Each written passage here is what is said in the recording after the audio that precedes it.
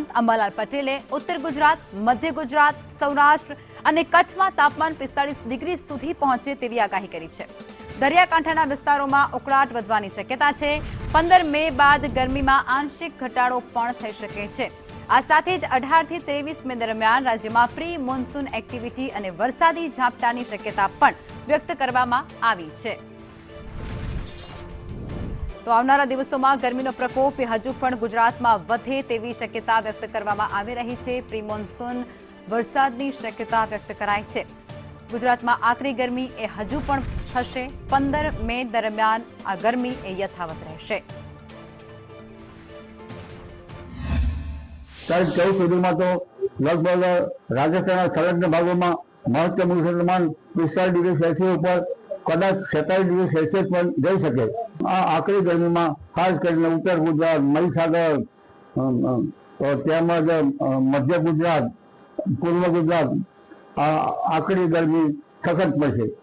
તેમજ ઉત્તર સૌરાષ્ટ્રના ભાગોમાં પણ મહત્તમ તાપમાન 42-43 ડિગ્રી સેલ્સિયસ થઈ જવાની શક્યતા રહે। દક્ષિણ ગુજરાતના ભાગોમાં, વલસાડ જિલ્લાના ભાગોમાં મહત્તમ તાપમાન 38-39 ડિગ્રી સેલ્સિયસ જેવું થઈ જવાની શક્યતા રહે। તારીખ 15 થી મહત્તમ તાપમાન ઘટશે અને તારીખ 18 થી 23 લગભગ મહત્તમ તાપમાન કેટલાક ભાગમાં 41 ડિગ્રી સેલ્સિયસ અને કોઈ ભાગમાં 40-39 ડિગ્રી સેલ્સિયસ જેવું થઈ જવાની શક્યતા છે। અને આ જ મુદ્દે અલગ અલગ વિસ્તારોમાંથી અમારા સંવાદદાતા અમારી સાથે જોડાઈ ચૂક્યા છે। રાજકોટથી દિવ્યેશ જોડાયા છે, વડોદરાથી કૃણાલ જોડાયા છે અને અમદાવાદથી જિગ્નેશ પટેલ અમારી સાથે જોડાયેલા છે। સૌથી પહેલા જિગ્નેશ, તમારી પાસે આવવું છે। અમદાવાદની અંદર અત્યારે ગરમીનો પારો એ 45 ડિગ્રીની આસપાસ નોંધાઈ રહ્યો છે અને અમદાવાદ વાસીઓ એ ગરમીના પ્રકોપ સામે અત્યારે ઝઝુમતા જોવા મળી રહ્યા છે। સ્થિતિ શું છે, દ્રશ્યો શું છે? લખમાં જો દ્રશ્યોની વાત કરવામાં આવે તો અમદાવાદના મોટા ભાગના રસ્તાઓ આવી જ રીતે સુમસુમાકાર જોવા મળી રહ્યા છે। અમદાવાદના રસ્તાઓ ઉપર ક્યાંક એકલ દોકલ વાહન ચાલકોની હાજરી જોવા મળી રહી છે અને તેની સીધી અસર છે કે જે ગરમીનો પારો 44-45 ડિગ્રી આસપાસ પહોંચ્યો છે। તે જ કારણ છે કે અત્યારના અમદાવાદના રસ્તાઓ છે તે અત્યારે સુમસામ ભાસી રહ્યા છે અને લોકો ગરમીના કારણે બહાર નીકળવાનું પણ ટાળી રહ્યા છે। જે રીતે રાજ્યમાં હીટવેવની આગાહી કરવામાં આવી છે અને આગામી સમયમાં અમદાવાદ સહિત મોટા ભાગના જે શહેરો છે, જિલ્લાઓ છે, તેનું તાપમાન 44 ડિગ્રીને પસાર કરી અને 45 ડિગ્રી સુધી પહોંચે તેવી આગાહી હવામાન વિભાગે વ્યક્ત કરી છે। ત્યારે લોકો ખાસ કરીને અત્યારે ગરમીના જે એટલે કે બપોરના 1 વાગ્યાથી શરૂ કરી અને સાંજના 4 વાગ્યા સુધીનો સમય હોય છે ત્યાં મોટાભાગના રસ્તાઓ ઉપર કે ઘરની બહાર નીકળવાનું ટાળતા હોય છે અને તેના જ કારણે અમદાવાદથી ધમધમતા જે રસ્તાઓ એટલે કે શાહીબાગ સહિતના જે મુખ્ય અમદાવાદના વિસ્તારો છે કે જ્યાં હજારો લોકોની અવરજવર મુખ્ય માર્ગો ઉપર રહેતી હોય છે ત્યાં ક્યાંક છૂનાછાપા એકાદ બે લોકો છે તે માત્ર રસ્તા ઉપર ફરતા દેખાય છે અને તે પણ પૂરતી સુરક્ષા સાથે એટલે કે સીધી રીતે તેઓ જે અત્યારે વાહન ચાલક દેખાઈ રહ્યા છે તેમને પોતાનું મોઢું કવર કરેલું છે, તેમને માથે કેપ પહેરેલી છે, ટી-શર્ટ પહેરેલી છે, એટલે કે સીધી રીતે તડકો તેમના શરીરને ન અડે, સીધી રીતે તેઓ ગરમીમાં દાઝે નહીં તે પ્રમાણે અમદાવાદવાસીઓ અત્યારે અમદાવાદના રસ્તાઓ પર પોતાની જરૂર મુજબ જ નીકળી રહ્યા છે અથવા તો બપોરના સમયે અમદાવાદના રસ્તાઓ સુમસુમાકાર જોવા મળી રહ્યા છે તેવા દ્રશ્યો છે તે સામે આવી રહ્યા છે। બિલકુલ જિગ્નેશ, આપ અમારી સાથે જોડાયેલા રહેજો અને હવે દિવ્યેશ તમારી પાસે આવવું છે। રાજકોટમાં અત્યારે કઈ પ્રકારની સ્થિતિ છે? કારણ કે રાજકોટમાં પણ ગરમીનો પારો એ સતત ઊંચકા રહ્યો છે, ગરમીનો પ્રકોપ એ પણ સતત વધી રહ્યો છે। રાજકોટ વાસીઓ આ ગરમીના પ્રહારથી બચવા માટે શું કરી રહ્યા છે?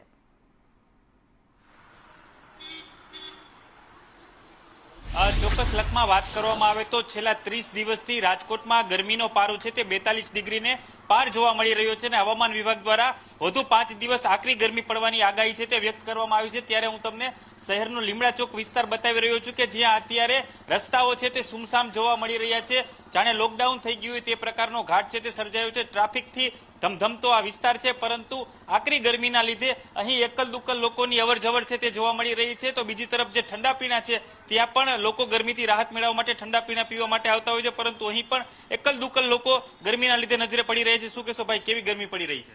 ગરમી સારી છે ભાઈ, હવે ગરમીમાં બહાર ન નીકળે, જાજુ લૂ લાગી જાય। ચોક્કસ મારી સાથે વેપારી છે, આપણે તેના હારે પણ વાત કરીશું। શું કહેશો, ગરમીની કેવી અસર જોવા મળી રહી છે? ગરમી અત્યારે 44 ડિગ્રીને આસપાસ પહોંચી ગઈ છે અને એટલી કાળઝાળ ગરમી તડકો પડે છે જાણે આકાશમાંથી અગનગોળા વરસી રહ્યા હોય।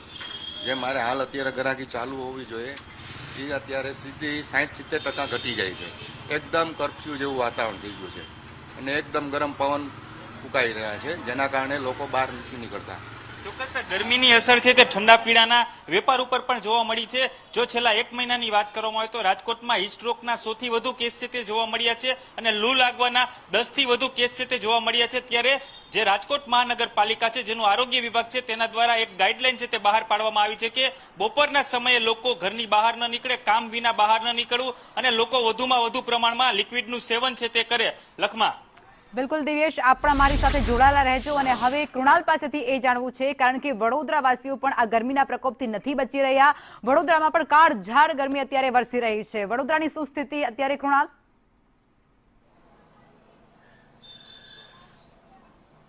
લખમાં વડોદરામાં પણ યલો એલર્ટ છે અને હાલ જે તાપમાન છે 44 ડિગ્રી છે. આપણે બતાવીશું હાલ અત્યારે 3:03 છે અને 44 ડિગ્રી પર અહીંયા તાપમાન છે. એટલે કે જે અગનજ્વાળા છે તે વરસી રહી છે વડોદરાવાસીઓ ઉપર અને તેને લઈને જે બચવાના ઉપાય છે તે અહીંયા કરવા માટે લોકો શેરડીનો રસ પીવા માટે અહીંયા આવી રહ્યા છે. મહત્વની વાત એ છે કે જે ગરમી જે રીતે છે ત્યારે મોટી સંખ્યામાં લોકો હોવા જોઈએ, પરંતુ ગરમીનો પારો વધતા જે ગણ્યા ગાંઠ્યા લોકો અત્યારે બહાર નીકળે છે અને તેમને પણ આ શેરડીનો રસ પીવા અહીંયા આવવું પડે છે. દાદા, આ ગરમી, તમે તો સિનિયર સિટીઝન છો, ગરમીની પરિસ્થિતિ છે, કેવી રીતે અત્યારે દિવસો કાઢી રહ્યા છો? અત્યારે બહુ ગરમી પડે છે અને બહાર નીકળવાની ઈચ્છા પણ થતી નથી અને ઘણી વખત તો એવું પણ થાય છે કે આરામ ઘેર કરીએ સારું. તો પછી તમે આયા છો તો પછી કોઈ કામથી નીકળ્યા છો?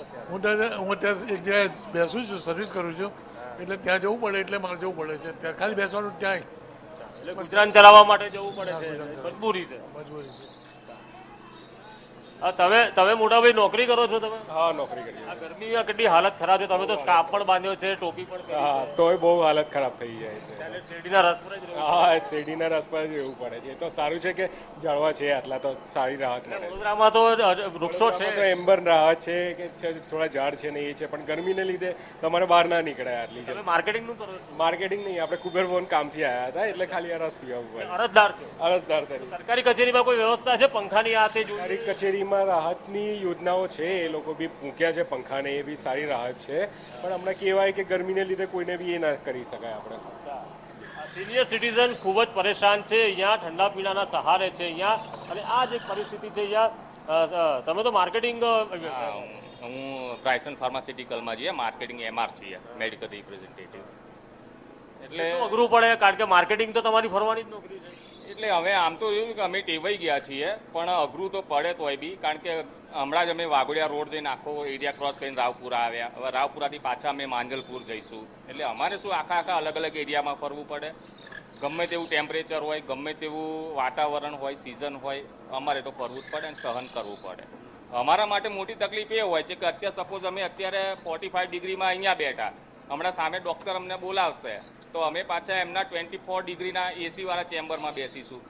ત્યાંથી પાછું 5-10 મિનિટ ફરીથી અમે 45 ડિગ્રીમાં આવી જઈશું. એટલે જે ટેમ્પરેચર અમારે એડજસ્ટ કરવાનું, ટેમ્પરેચર મેન્ટેન ના થાય. તમે તો ફાર્મસીમાં છો, અત્યારે કઈ દવાઓ વધુ વેચાઈ રહી છે? આ ગરમીને લઈને કોઈ અસર પડી? અત્યારે મેજોરિટી ORS વધારે વેચાતા હોય, એનર્જી જે પાવડર આવે એ વધારે વેચાતા હોય, અને એ સિવાય જે એન્ટીઓક્સિડન્ટ ને સપોર્ટિવ જે થેરાપી હોય ને એ વધારે વેચાતી હોય.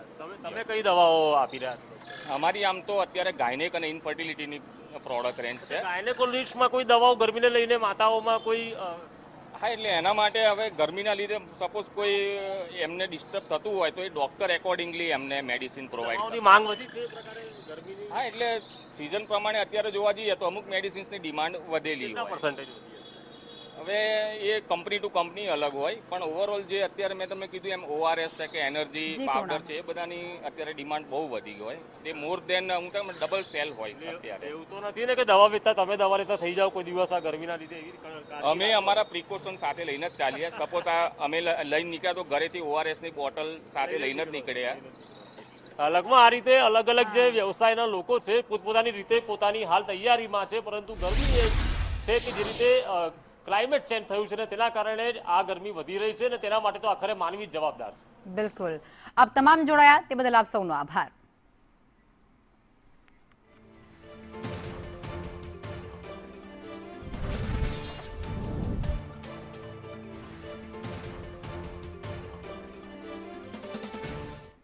અમરેલી ભાવનગર હાઈવે પર ટેન્કરમાં આગ લાગ્યા હોવાની એક મોટી ઘટના સામે આવી, જેમાં રાજુ